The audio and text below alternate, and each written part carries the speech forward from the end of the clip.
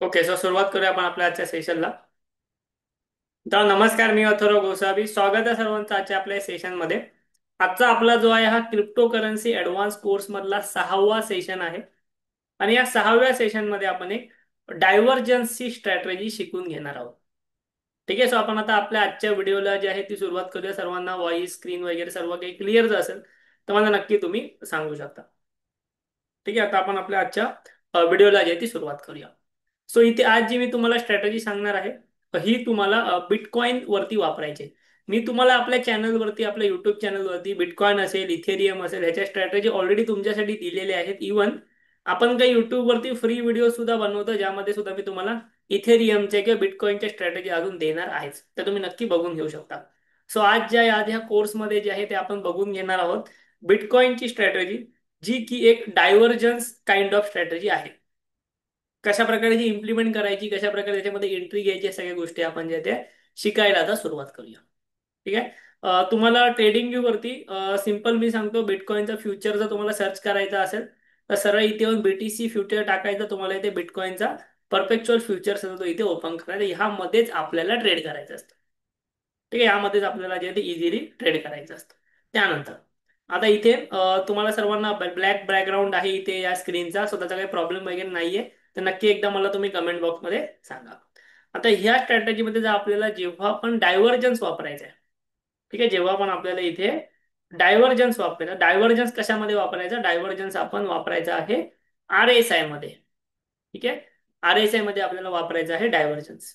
So मी इथे simply indicator वरती जातो आणि या ठिकाणी RSI टाकतो.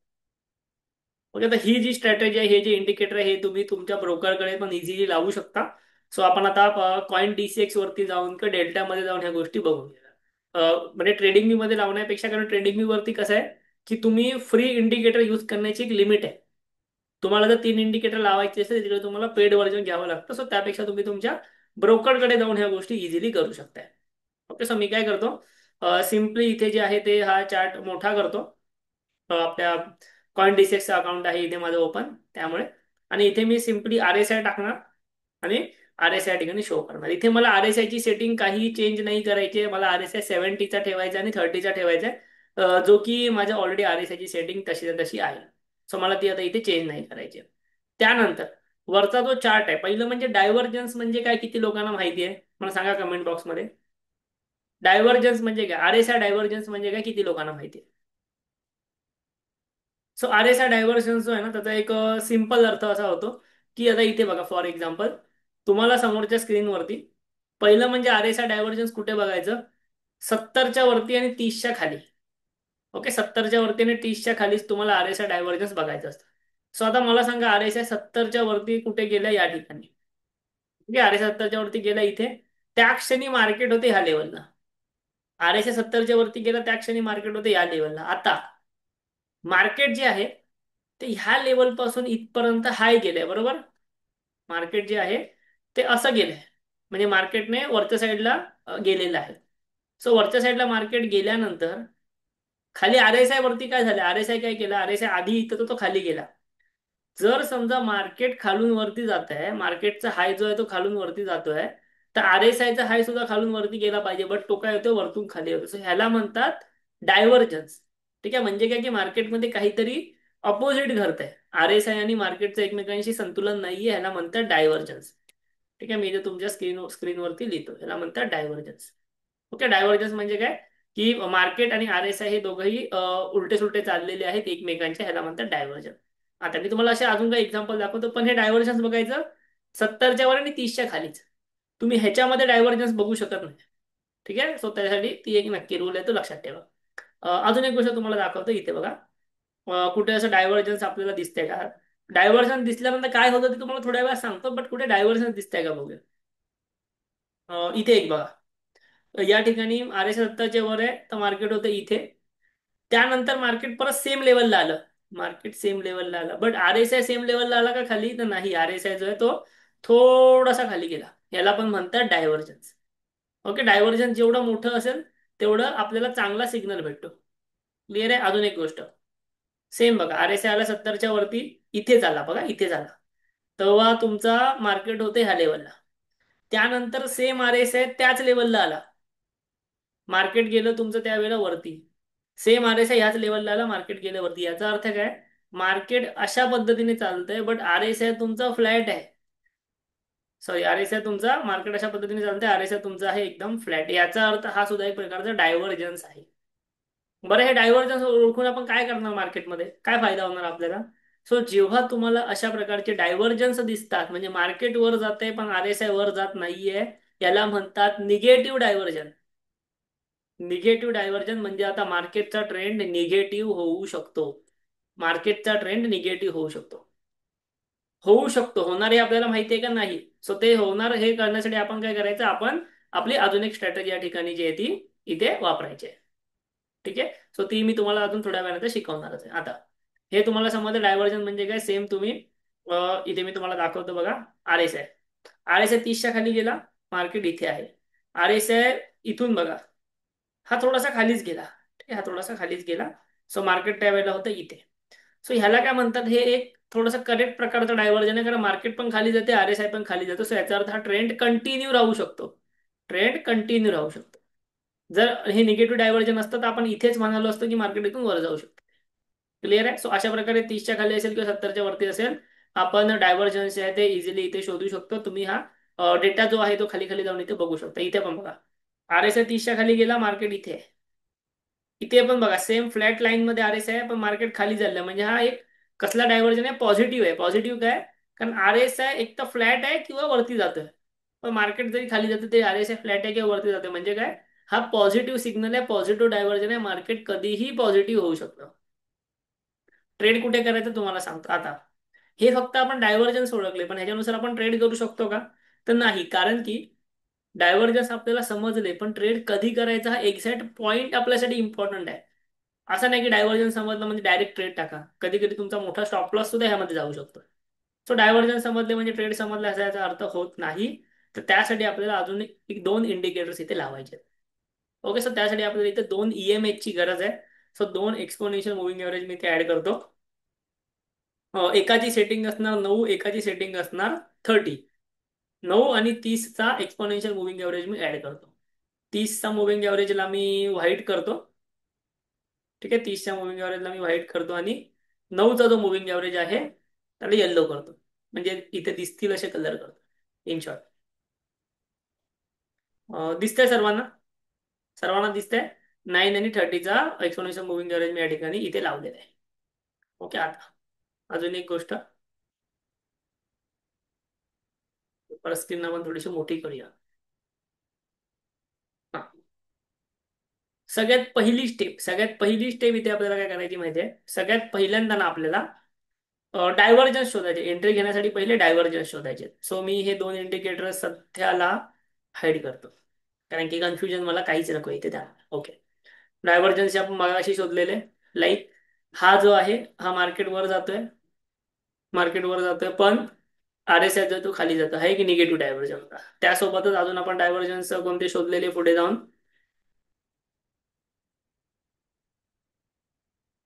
ओके, हा जो आहे हा तुम्हाला आर एस आय असा खाली पडत आहे, खाली पडत होता. बट मार्केट जे आहे ते एकदम फ्लॅट होतं. मार्केट जे आहे ते एकदम, मी एक काम करतो, मी ऍक्च्युली हे टूल्स यूज करतो. ओके, हा हे बघा, आर एस आय खाली पडत होता बट मार्केट जे आहे सेम पॉईंट ऑफ पॉईंट अशा प्रकारे वरती जात होतं, किंवा अशा प्रकारे फ्लॅट फ्लॅट लेवलला होतं, मी म्हणू शकतो अशा प्रकारे फ्लॅट लेवलला होतं. आता या ठिकाणी मला एक समजलेलं आहे की निगेटिव्ह डायव्हर्जन्सचा झालाय. मला एक समजलंय की निगेटिव्ह डायव्हर्जन्सचा झालाय, पण एंट्री कधी घ्यायची? निगेटिव्ह डायव्हर्जन झालाय तर एंट्री कधी घ्यायची? सो याच्यामध्ये सिंपल गोष्ट काय आहे, आय होप सो की सर्वांना चार्ट वगैरे दिसत असेल. म्हणजे जर मी ब्लॅक मध्ये ठेवलेलं आहे, ब्लॅक थीम ठेवलेली, ते सर्वांना दिसत असेल. ठीक आहे, काही प्रॉब्लेम नसेल तुम्हाला. ओके, निगेटिव्ह डायव्हर्जन झालं, एंट्री कधी घ्यायची? एंट्री घेण्यासाठी आपल्याला हे दोन ऑन करायचे आहेत. ठीक आहे, एकदा का निगेटिव्ह डायव्हर्जन्स तुम्हाला दिसला, ठीक आहे, इथे दिसला, कुठेही दिसला, कुठेही दिसला, त्यानंतर आता हे तीन मध्ये तुम्हाला एक निगेटिव्ह डायव्हर्जन्स दिसतं, म्हणजे एका लाईनीत आहे. सो त्यानंतर जेव्हा 9चा ईएमआय 30च्या खाली जाईल, 9चा ईएमआय 30च्या खाली जाईल, त्यावेळेला तुम्हाला बियरिश एंट्री घ्यायची. सगळ्यात पहिलं म्हणजे ह्या पॉईंट ऑफ टाइमला बियरिश एंट्रीचाच विचार करायचा, बुलिशचा विचार करायचा नाही. ह्या पॉईंटला तुम्ही बुलिशचा विचार करणारच नाही, कारण ऑलरेडी डायव्हर्जन निगेटिव्ह आहे. सो जर निगेटिव्ह वाली एंट्री भेटली तरच घ्यायची. इथे तुम्हाला निगेटिव्ह वाली एंट्री दिसते, क्रॉस ओव्हर झालेला आहे. सो डायव्हर्जन्स पण झालं, क्रॉस ओव्हर पण झालं, इथे तुमची निगेटिव्ह एंट्री होणार. सेम तुमची निगेटिव्ह एंट्री ह्या लेवलला पण होऊ शकते, कारण इथे पण डायव्हर्जन झालंय. ठीक आहे, ह्या लेवलला पण तुमची निगेटिव्ह एंट्री होऊ शकते. तुमचा स्टॉप लॉस असणार ऑब्व्हियसली ह्या डायव्हर्जन्सच्या वरती. या डायव्हर्जन्सच्या वरती तुमचा स्टॉप लॉस असणार. इथे तुमची निगेटिव्ह एंट्री झालेली आहे. सो त्यानंतर तुम्हाला थोडासा वर गेला, परत एकदा निगेटिव्ह एंट्री झाली. आणि ज्या पण वेळेला तुमचा आर एस आहे परत एकदा खालून वरती जात असेल, तुमचा आर एस आहे खालून वरती जात असेल आणि तो 50च्या वर क्लोज होईल तेव्हा एक्झिट घ्यायची. ऑलरेडी वरून खाली येतोच आहे तो. सो वरून खाली आला, तुम्हाला इथे एंट्री पण भेटली. सो जेव्हा तो परत खालून वर जाईल आणि 50च्या वर क्लोज होईल ह्या पॉईंटला, तिकडे तुम्हाला तुमची एक्झिट घ्यायची आहे. ठीक आहे, इथे आपण R S I plus 2 EMH combination जे यूज करतोय. क्लिअर. आता परत एकदा मला इथे कुठे बुलिश एंट्री जर भेटली तर मी तुम्हाला ते दाखवण्याचा प्रयत्न नक्की करेन. त्यासाठी मला दोन डायव्हर्जन्स इथे बघावे लागतील, जे की निगेटिव्ह असतील, सॉरी पॉझिटिव्ह असतील. ओके, इथे बघा. ओके, या ठिकाणी बघा. या ठिकाणी एक्झॅक्टली मार्केट इथे आहे, आर एस आय खाली आहे. मार्केट अजून खाली आलं, आर एस आय तिकडेच राहिला. मार्केट अजून खाली आलं, आर एस आय वर गेला. सो हे परफेक्ट एक्झाम्पल आहे. परफेक्ट एक्झाम्पल म्हणतात ना, इथे बघा. अशा प्रकारे आर एस आय वर चाललाय आणि अशा प्रकारे मार्केट खाली आहे. सो एक परफेक्ट एक्झाम्पल आहे पॉझिटिव्ह डायव्हर्जन्स. हा आहे positive divergence. So positive divergence तर झाला. इथे आपण फक्त आता हीच वाट बघायची की मला माझा ईएमए कधी क्रॉसओव्हर देतो. सो इथे बघा, पॉझिटिव्ह डायव्हर्जन्स झाल्यानंतर ईएमए इथे क्रॉसओव्हर दिला. ईएमए इथे क्रॉसओव्हर दिल्यानंतर मी काय म्हटलं, की जेव्हा परत मार्केट वरतून खाली 50च्या खाली क्लोज होईल तर एक्झिट करा. सो ऑब्विसली इथे तुम्हाला क्रॉसओव्हर दिला, या ठिकाणी तुमची एक्झिट झाली असते. ओके, सो आपल्याला पहिलं डायव्हर्जन्स बघायचं. जोपर्यंत डायव्हर्जन नाही भेटत तोपर्यंत ह्या स्ट्रॅटेजीने एंट्री नाही बनणार. एकदा का तुम्हाला डायव्हर्जन्स भेटलं की तुम्ही तुमची एंट्री घेऊ शकता. क्लिअर आहे. सेम तुम्हाला सांगतो बघा, या ठिकाणी आर एस आय 30च्या खाली होता, मार्केट वर गेलं, आर एस आय खाली गेला. सो हा पण एक अपोजिट डायव्हर्जन आहे. ह्याला आपण पॉझिटिव्ह डायव्हर्जन नाही म्हणू शकत, हा एक अपोजिट डायव्हर्जन आहे. सो अपोजिट डायव्हर्जन मध्ये सुद्धा जो ट्रेंड चालू आहे तो चेंज होऊ शकतो. सो डाऊन ट्रेंड चालू होता, इथे क्रॉसओव्हर झाला, ट्रेंड चेंज झाला आणि मार्केट वर गेलं. क्लिअर आहे. सो अशा प्रकारे तुम्ही डायव्हर्जन्स प्लस आपलं ईएमएच्या मदतीने जे ते काम करू शकता मार्केटमध्ये, खास करून क्रिप्टो मार्केटमध्ये. ह्याच्यासाठी टाइम फ्रेम मी ठेवलेली आहे 5 मिनिटाची. तुम्ही 5 आणि 15 ह्या दोनही टाइम फ्रेम मध्ये ही स्ट्रॅटेजी ट्राय करून बघू शकता. ठीक आहे, 5 मिनिट आणि 15 मिनिट ह्या दोन्ही टाइम फ्रेम मध्ये तुम्ही ही स्ट्रॅटेजी ट्राय करून बघू शकता. बट मी शक्यतो याच्यामध्ये 5 मिनिटाची टाइम फ्रेम तुम्हाला सांगितलेली आहे. जी आपण आपल्या चॅनलवरती तुम्हाला आठवत असेल की सुपर ट्रेंडची स्ट्रॅटेजी शिकवली. किती लोकांना आठवते सुपर ट्रेंडची स्ट्रॅटेजी आपल्या चॅनलला शिकवलेली आहे? सो त्या सुपर ट्रेंडच्या स्ट्रॅटेजी सोबतच तुम्हाला डायव्हर्जन्स आहे ते सुद्धा उपयोगी पडू शकतात आर एस ची. ते आपला जो सेकंड भाग होता बिटकॉइनची सुपर ट्रेंडची स्ट्रॅटेजी, हा जो आपला पार्ट आहे चॅनलवरती मी अवेलेबल केला आहे तो व्हिडिओ. सो त्या स्ट्रॅटेजीमध्ये पण त्या स्ट्रॅटेजी रिझल्ट पण खूप चांगले येत आहेत आपल्याला. सो त्याचप्रमाणे ह्या स्ट्रॅटेजीचा वापर सुद्धा तुम्ही R S I divergence plus 9 आणि 30 EM 30 EMA ब्रेकआउट्स ब्रेकआउट्स म्हणण्यापेक्षा क्रॉस ओव्हर फाइंड आउट करण्यासाठी करू शकता. ठीक आहे, आर एस आयची सेटिंग सेम आहे आपल्याकडे ठेवलेली. 30 आणि 70चा आर एस आय, याच्यामध्ये आपण काही चेंज केलेलं नाही. तुम्ही इथे सिम्पल बघू शकता बघा, इथे मार्केट खाली येते, या ठिकाणी जे ते मार्केट कंटिन्यू खाली येते. बट आर एस आय आपल्या एका लाईनला आहे, 30च्या खाली गेलाय तो, पण एका लाईनला मार्केट खाली येतो. ह्याला म्हणतात पॉझिटिव्ह डायव्हर्जन. सो ज्या पण वेळेला ब्रेकआउट येणार, ज्या पण वेळेला ब्रेकआउट येणार तुम्हाला ट्रेड घ्यायचा. तुमचा ट्रेड या लेवलला कुठेतरी इथे होणार ब्रेकआउट आल्यानंतर. आणि त्यानंतर तो परत एकदा कधी जेव्हा 50च्या खाली मार्केट जेव्हा क्लोज होईल, आर एस आय जेव्हा क्लोज होईल, तेव्हा तुम्हाला तिकडे तुमचं प्रॉफिट बुकिंग किंवा स्टॉप लॉस जे काय असेल ते घ्यायचं आहे. ओके, सो अशा प्रकारे पहिलं डायव्हर्जन्स बघा. त्यानंतर तुम्हाला ट्रेड भेटण्यासाठी ईएमए क्रॉसओव्हर देतो आहे का ते बघा, आणि त्यानंतरच तुम्ही ट्रेड करू शकता. ही स्ट्रॅटेजी मी सध्या ट्राय केलेली आहे फक्त बिटकॉइन वरती, म्हणून मी तुम्हाला बिटकॉइन वरती शिकवतो आहे. इथेरियम वरती वगैरे मी स्ट्रॅटेजी अजूनही ट्राय केलेली नाही. ओके, सर तुम्हाला हा व्हिडिओ जर आवडलेला असेल नक्की आम्हाला कमेंटमध्ये सांगा. आपल्या चॅनलवरती जे आहे व्हिडिओ अपलोड होत आहेत, व्हिडिओ नक्की लाईक करा आणि आपल्या चॅनललाही जरूर सबस्क्राईब करा. थँक्यू, धन्यवाद.